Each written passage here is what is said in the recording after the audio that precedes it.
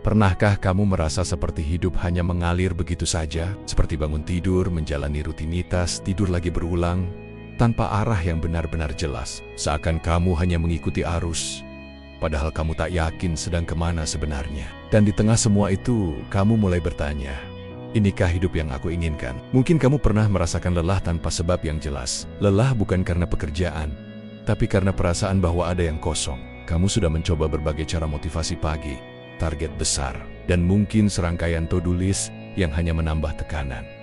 Tapi tetap saja, ada yang kurang. Ada suara kecil yang bertanya, apa ini semua banner-banner bermakna? Sekarang bayangkan satu hal. Bagaimana jika hidupmu bisa berubah drastis hanya dengan satu hal cara pandangmu? Bukan dengan pindah kota, bukan dengan pekerjaan baru, bukan juga dengan kekayaan instan, tapi dengan mengubah bagaimana kamu melihat dunia, melihat dirimu sendiri, dan melihat makna dari segalanya. Disinilah stoikisme hadir. Filsafat ini bukan warisan tua yang berdebu dari perpustakaan kuno. Stoikisme adalah alat bertahan hidup yang sudah digunakan ribuan tahun oleh kaisar, budak, pemimpin, dan orang biasa seperti kita untuk menghadapi kerasnya dunia, menemukan kedamaian di tengah kekacauan, dan yang paling penting menjadi manusia yang lebih utuh. Dan kabar baiknya, kamu tidak perlu jadi filsuf untuk mulai. Kamu hanya perlu kesediaan untuk membuka pikiran dan merenung sejenak. Dalam kisah ini, kita akan menjelajahi 12 prinsip stoik yang bisa menjadi peta jalan untuk transformasi hidupmu. Bukan perubahan mistis yang datang dalam semalam, tapi transformasi nyata yang dimulai dari dalam dengan setiap langkah kecil, setiap pemikiran baru, dan setiap keberanian untuk jujur pada diri sendiri. Jadi sebelum kita mulai, tarik napas perlahan, beri ruang untuk dirimu sendiri. Karena mungkin inilah awal dari perubahan yang selama ini kamu cari. 1. Memento mori.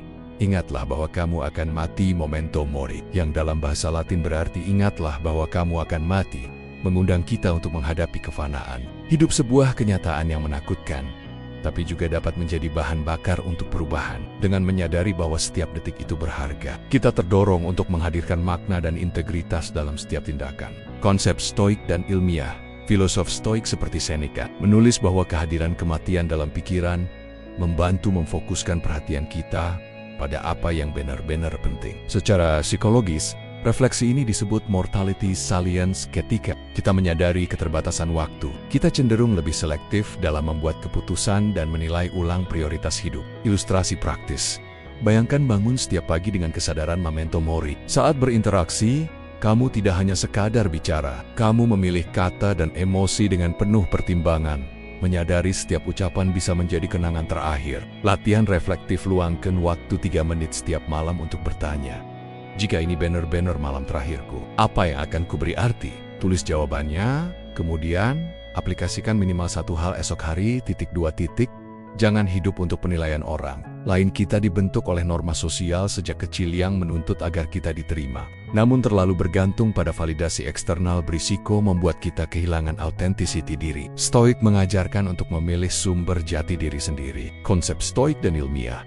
Epictetus menegaskan bahwa hanya karakter dan tindakanlah yang berada dalam kendali kita, bukan omongan atau pikiran orang lain. Psikologi modern memperkuat social comparison, seringkali memicu kecemasan dan rasa rendah diri. Ilustrasi praktis.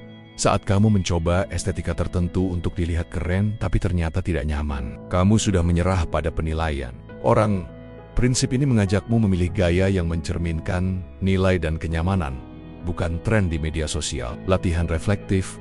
Ambil 1 minggu ke depan, catat setiap kali kamu terpancing menyesuaikan diri demi orang lain. Lihat pola, apakah itu benar-benar membantumu atau malah menahanmu? Identifikasi momen di mana kamu bisa mengambil keputusan sendiri. Berdasarkan apa yang terasa otentik. 3.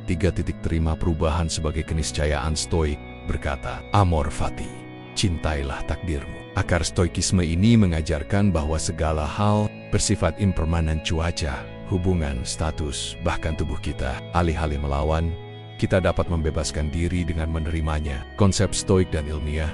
Epictetus menyuruh kita menanyakan, apakah ini dapat kukendalikan? Jika tidak, energi kita lebih baik dialihkan pada bagaimana merespons. Neuroscience menunjukkan bahwa resistensi terhadap perubahan meningkatkan stres dan kecemasan, sementara fleksibilitas mental memicu ketangguhan psikologis. Ilustrasi praktis. Saat kariermu terguncang, entah dipecat, atau industri berubah resistensi hanya memperburuk keadaan. Sebaliknya, jika kamu menerimanya sebagai peluang untuk belajar, kamu akan melihat potensi pertumbuhan. Latihan reflektif. Pikirkan sebuah perubahan besar atau kecil yang kamu tengah hindari. Tuliskan, apa yang bisa kamu lakukan untuk menerima faktanya? Apa rencana dan pilihanmu ke depan setelah penerimaan? Keempat, hambatan adalah jalan. Marcus Aurelius menulis, "The impediment to action advances action. What stands in the way becomes the way." Hambatan bukan dinding, tapi batu loncatan. Ketika kita mampu membalik persepsi terhadap kesulitan, kita menemukan potensi tersembunyi. Konsep stoik dan ilmiah. Dalam stoikisme, setiap rintangan dianggap sebagai latihan moral, peluang untuk mengasah kebajikan seperti keberanian, kesabaran, dan ketekunan.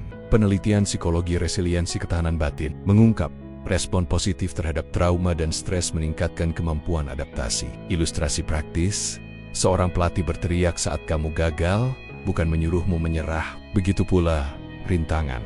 Dalam kehidupan, misalnya gagal presentasi bukan kegagalan, tapi latihan untuk menyempurnakan materi dan komunikasi. Latihan reflektif, pikirkan rintangan yang kau anggap terbesar saat ini. Bagaimana jika kamu melihatnya sebagai bekal? Tuliskan satu cara kamu bisa berlatih melalui tantangan itu. Bukan menghindarinya. 5. Kendalikan emosi. Bukan menyangkal stoikisme, menekankan apatheia. Kebebasan dari gangguan emosi negatif. Bukan penolakan terhadap perasaan. Alih-alih meledak atau tergelincir dalam perasaan, kita bisa memilih bagaimana berpikir dan bertindak. Konsep stoik dan ilmiah. Sistem limbik reaksi emosional sering dominan, tapi prefrontal cortex adalah pusat rasional. Stoikisme mengajarkan menengahi respons emosional dengan refleksi rasional. Apa yang sedang aku rasakan?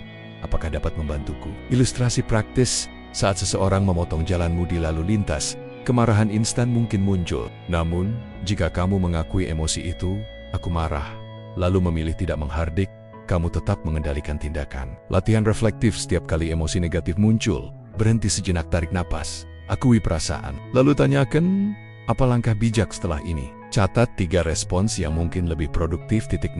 Fokus pada apa yang bisa dikendalikan. Kamu bisa memilih tugasmu, tetapi tidak hasilnya. Bisa memilih sikap, tetapi bukan apa yang orang pikirkan. Fokuskan energi pada apa yang benar-benar berada di dalam jangkauanmu. Konsep stoik dan ilmiah dikenal sebagai circle of control. Konsep ini menyatakan bahwa menganggapi hal di luar kendali adalah pemborosan energi. Psikologi kognitif menyebut fokus pada kendali internal mendorong kesejahteraan mental dan produktivitas. Ilustrasi praktis, daripada khawatir akan cuaca esok yang tidak bisa kamu ubah, lebih baik persiapkan dirimu dengan pakaian hangat dan payung.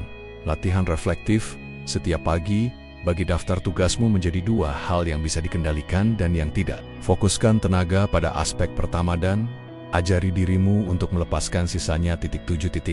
Hadir di saat ini. Mindfulness saat ini adalah satu-satunya waktu nyata dan satu-satunya tempat kita bisa bertindak. Stoikisme dan meditasi mindfulness sama-sama menekankan pentingnya kehadiran. Konsep stoik dan ilmiah.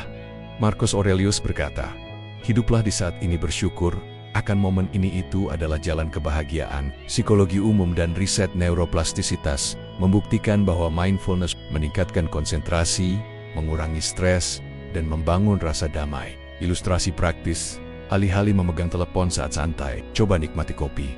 Rasanya, aromanya, suara sendok, hangat gelas di tangan hadir seutuhnya. Latihan reflektif. Coba 1 sesi harian mindful pause selama 5 menit. Fokus pada pernapasan, suara sekitar, sensasi tubuhmu. Gunakan pengingat sederhana, misalnya alarm, agar mudah diingat. 8. Latih rasa syukur apabila kamu merasa belum cukup. Bahkan jika kamu punya segala-galanya, kamu tetap merasa kurang. Stoikisme dan psikologi positif Somasioma menekankan pentingnya rasa syukur. Konsep stoik dan ilmiah. Seneca berkata, kebahagiaan bukan kepemilikan, tetapi apresiasi. Christopher Peterson, psikolog kebahagiaan, menemukan syukur secara signifikan meningkatkan kesejahteraan, kualitas tidur, dan kekebalan fisik. Ilustrasi praktis. Mulailah gratitude journal.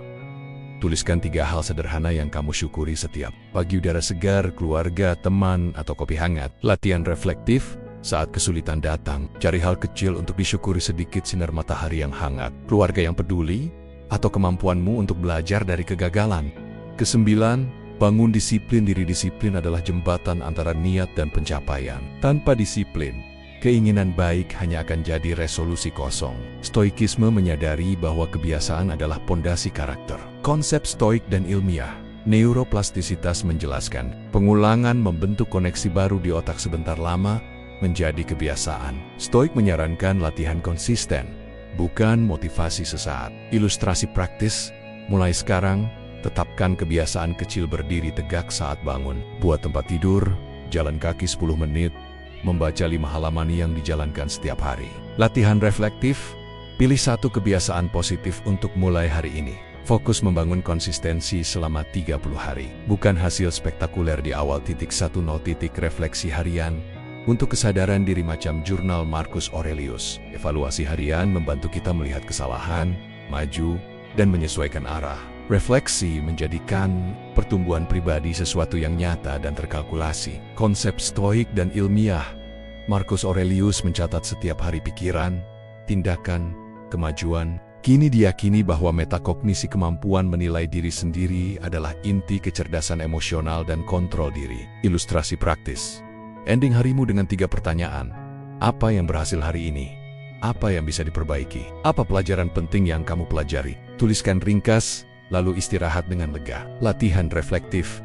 Terapkan ini selama seminggu. Review catatanmu. Apa pola positif dan negatif yang muncul? Apa kesimpulan yang dapat membantumu menerapkan perubahan? Ke-11. Latih empati dan belas kasih. Richard Gladstein menyatakan stoic without empathy is merely an intellectual exercise. Stoik melihat hubungan manusia bahkan dengan orang yang sulit. Konsep stoik dan ilmiah.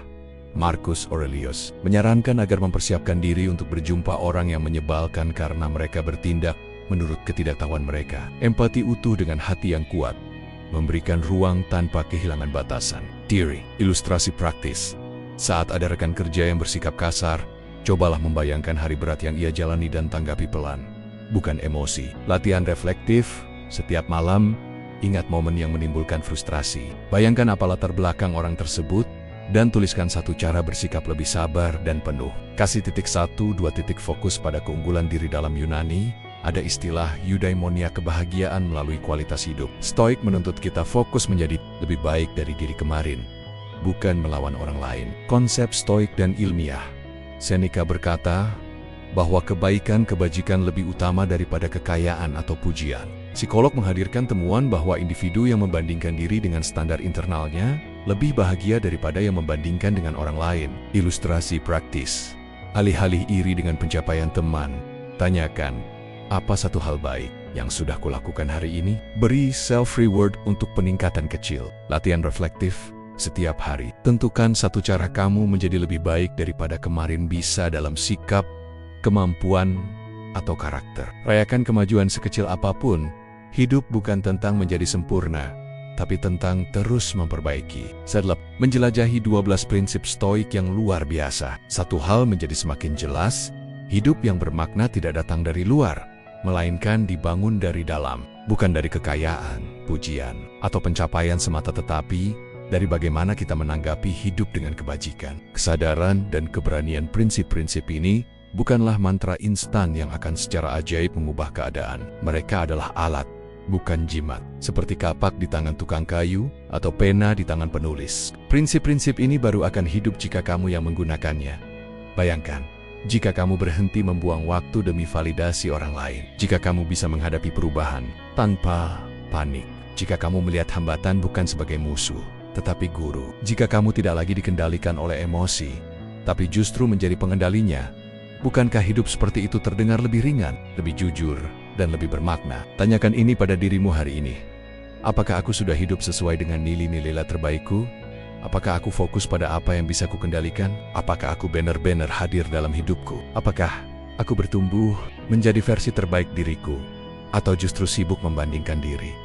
Jika jawabanmu masih belum sepenuhnya, itu wajar. Karena stoikisme bukan tentang menjadi sempurna. Stoikisme adalah tentang proses progres, bukan performa. Tidak perlu menunggu tahun baru, motivasi besar, atau tanda dari semesta. Perubahan dimulai sekarang, mulai dari bangun 15 menit lebih awal untuk menulis jurnal singkat. Tarik napas dalam-dalam sebelum membalas komentar pedas. Berterima kasih secara sadar atas satu hal kecil hari ini. Tanyakan setiap malam, Apa yang bisa kulakukan lebih baik besok? Ini bukan saran yang memaksa. Ini adalah undangan untuk hidup dengan lebih sadar, lebih kuat, dan lebih damai.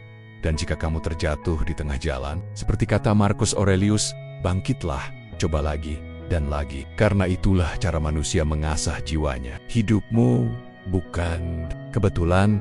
Prinsip-prinsip ini bisa menjadi kompasmu, tapi hanya kamu yang bisa memegangnya.